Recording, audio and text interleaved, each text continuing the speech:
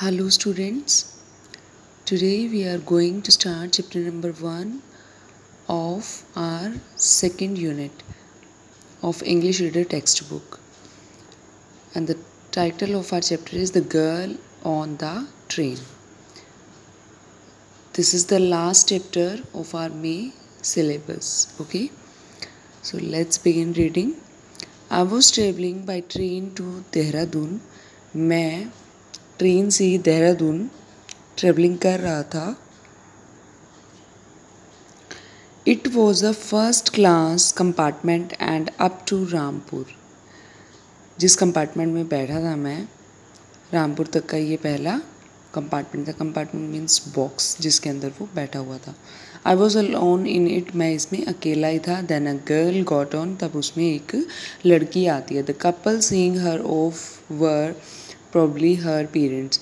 जो कपल उसे छोड़ना आता है शायद वो उसके पेरेंट्स थे. They seemed very anxious about her comfort and safety. वो लोग उसके कम्फर्ट को लेके और सेफ्टी को लेकर के बहुत ही ज़्यादा चिंतित थे. The woman gave the girl detailed instructions as how she should bear herself during the journey. तो उन्होंने, जो लेडी थी वो उस लड़की को इंस्ट्रक्शंस दे रही थी कि उसने इस जर्नी के ड्यूरिंग खुद को कैसे मैनेज करना है. She told her where to keep her things. उन्होंने बताया कि उसे अपनी चीज़ें कहाँ पे रखनी है, so that they were not lost, ताकि वो गुम नहीं हो. She bid her not to lean out of the window. उन्होंने उसको खिड़की में से बाहर नीचे तक झांकने के लिए मना किया. Particularly she asked her to avoid speaking to strangers. और उन्होंने स्पेशली उससे मना किया कि आप अननोन पर्सन से बात नहीं करोगी. As I was blind. जैसे कि मैं अंधा था. I could not tell what the girl look like. मुझे नहीं पता कि लड़की कैसी दिखती थी. But I knew. बट मुझे पता था she wore slippers from the way she that they slapped. पर मुझे पता था कि उसने स्लीपर्स पहने हुए थे, क्योंकि जब वो चलती थी तो वो क्या है, उसके पैरों में से आवाज़ आ रही थी. Against her heels. She laughed as she talked. जब वो बात करती थी वो हंसती थी. And I like the sound of her voice. और मुझे उसकी आवाज़ बहुत पसंद आई. Are you going to Dehradun? I asked her as the train pulled out of the station. जैसे ही स्टेशन से ट्रेन चलने लगी मैंने उससे पूछा, क्या तुम देहरादून जा रही हो? I must have been sitting in a dark corner. मैं एक ट्रेन के उस बॉक्स में, कंपार्टमेंट में, एक बहुत ही डार्क सी जगह पे बैठा हुआ था. Because my voice startled. तो मेरी आवाज़ ने उसे हैरान कर दिया. She gave a little exclamation. वो मेरी आवाज़ सुन के हैरान हो गई. And said I didn't know any one else was here in the compartment. कहती मुझे नहीं पता था कि मेरे अलावा भी इस कंपार्टमेंट में कोई और भी बैठा है. I too did not see you at first. कहती मैंने भी आपको पहले नहीं देखा. I said but I heard you come in. कहते मैंने पहले आपको देखा नहीं, बट बाद में मैंने सुना कि आप अंदर आए हो. I wondered if I could be able to prevent the girl from discovering that I was blind.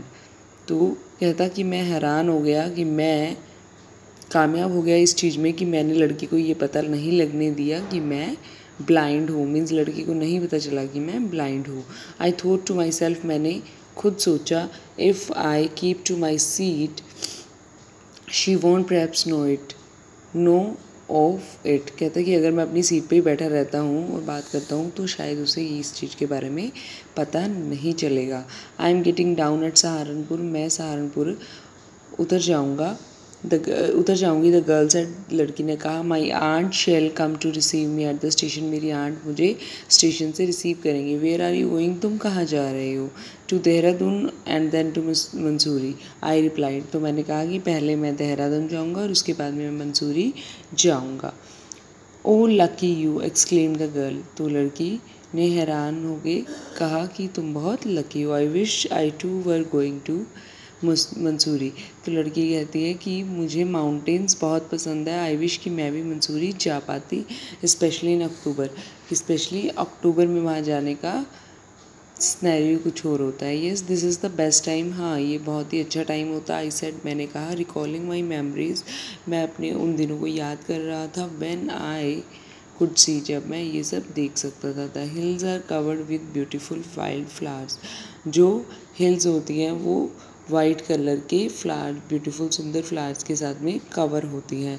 It is pleasant during the day and the sun is delicious, दिन के टाइम पे ये बहुत ही सुंदर लगता है और जो सन है वो बहुत ही अच्छा लगता है। एट नाइट, रात को, you can sit in front of the log fire, रात को आप log fire is fire made by burning fires, लकड़ियों को जला करके जो आग जलाई जाती है।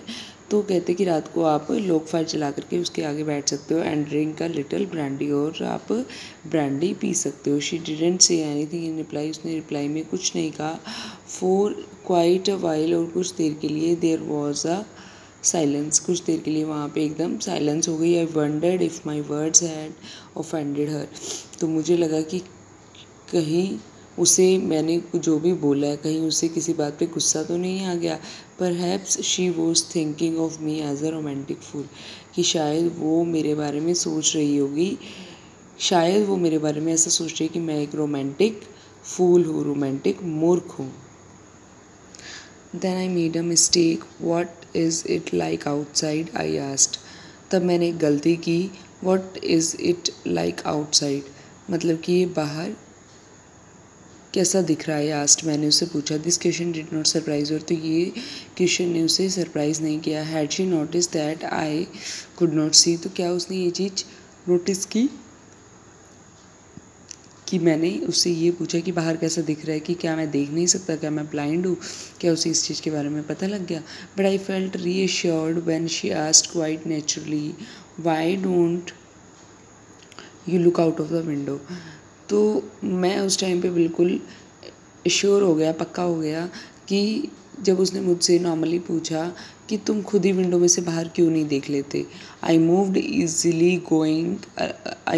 Easily along the berth and felt for the window ledge, तो मैंने, मेरी जो सीट थी, जो sitting berth is a sleeping place in the train, तो मैं अपनी उस सीट के थ्रू बिल्कुल, and felt for the window ledge होता है ओवरहैंगिंग, जो हमारी सीट के ऊपर वाली जो सीट बनी होती है, दैट इज़ कॉल्ड लेज।